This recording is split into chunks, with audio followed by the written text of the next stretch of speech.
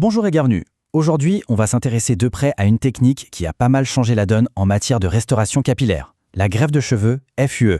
On va décortiquer ensemble ce qui la rend si particulière en s'appuyant sur les infos d'une clinique spécialisée. La perte de cheveux, c'est un sujet qui préoccupe beaucoup de monde. Et forcément la recherche de la bonne solution aussi. Mais face à toutes les options qui existent, comment s'y retrouver? Et surtout, comment surmonter ces appréhensions?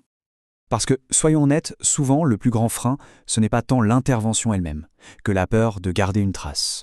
Une marque visible, une cicatrice qui serait là tous les jours pour rappeler l'opération. Pour bien comprendre à quel point la FUA est une avancée, il faut faire un petit retour en arrière. C'est important de voir d'où vient cette fameuse peur de la cicatrice. On va donc se pencher sur l'héritage des techniques plus anciennes. Pendant très longtemps, la méthode de référence, c'était la technique FUT, pour Follicular Unit Transplantation. On l'appelle plus simplement la technique de la bandelette. Alors, comment ça se passait? Eh bien, on prélevait littéralement une bande de cuir chevelu à l'arrière du crâne. Le gros inconvénient, et la source de bien des angoisses, c'était la cicatrice linéaire que ça laissait. Une marque pas toujours facile à dissimuler, surtout avec des cheveux courts. Mais heureusement, la technologie a fait des bonds de géant. Et c'est là qu'entre en jeu une solution beaucoup plus moderne, pensée justement pour contourner ce problème, l'extraction d'unités folliculaires qu'on connaît sous le nom de FUE. Alors, la FUE, c'est quoi exactement? En fait, tout est dans le nom. On oublie la bandelette. On passe à une approche de micro-précision. L'idée, c'est d'aller extraire les cheveux avec leurs racines, un par un. Et les avantages qui sont mis en avant sont assez impressionnants. Pensez-y un instant. Plus de cicatrices linéaires, une procédure qu'on décrit comme indolore, un résultat qui se veut naturel et surtout permanent. Bref, une méthode bien moins invasive. Bon, tout ça c'est la théorie. Mais en pratique, comment ça marche? Entrons un peu dans le détail du processus pour voir concrètement comment ça se déroule, étape par étape.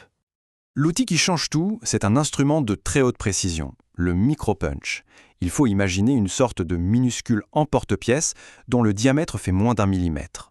C'est cette finesse qui va permettre d'isoler chaque follicule sans abîmer les tissus autour. Le déroulé est très méthodique. D'abord, le praticien veut utiliser ce fameux micro-punch pour extraire chaque unité folliculaire une par une. Ensuite, chaque greffon est passé au crible, examiné, pour être sûr de sa qualité. Et enfin, l'étape finale, l'implantation, où ces greffons sont replacés avec une précision d'orfèvre pour recréer une densité naturelle.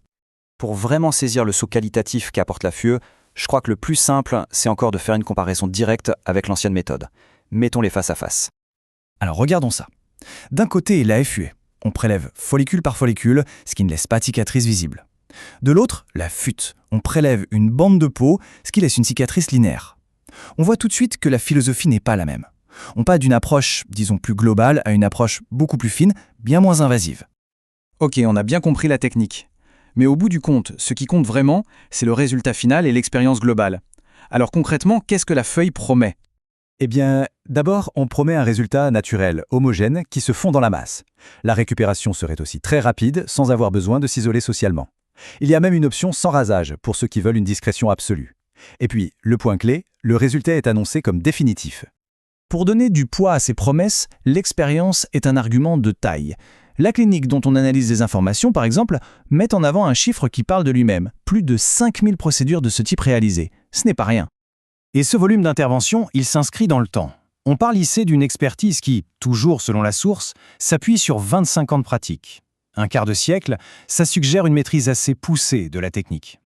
Et tout ça, ça nous amène à une dernière petite réflexion. Si un outil de moins d'1 millimètre peut à ce point transformer une procédure, à quoi ressemblera l'avenir des interventions esthétiques? Jusqu'où cette quête de la précision va-t-elle nous mener? La question est posée.